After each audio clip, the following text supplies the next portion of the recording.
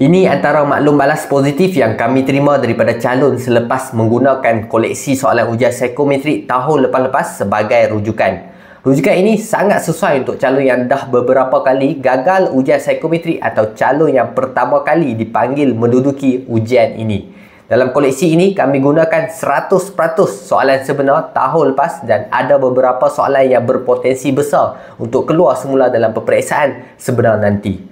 Bukan itu sahaja, setiap pembelian koleksi soalan ini, anda akan terima 200 soalan psikometrik tahun lepas-lepas termasuk dengan penerangan lengkap setiap soalan dan panduan memilih jawapan yang terbaik mengikut jawatan yang anda mohon.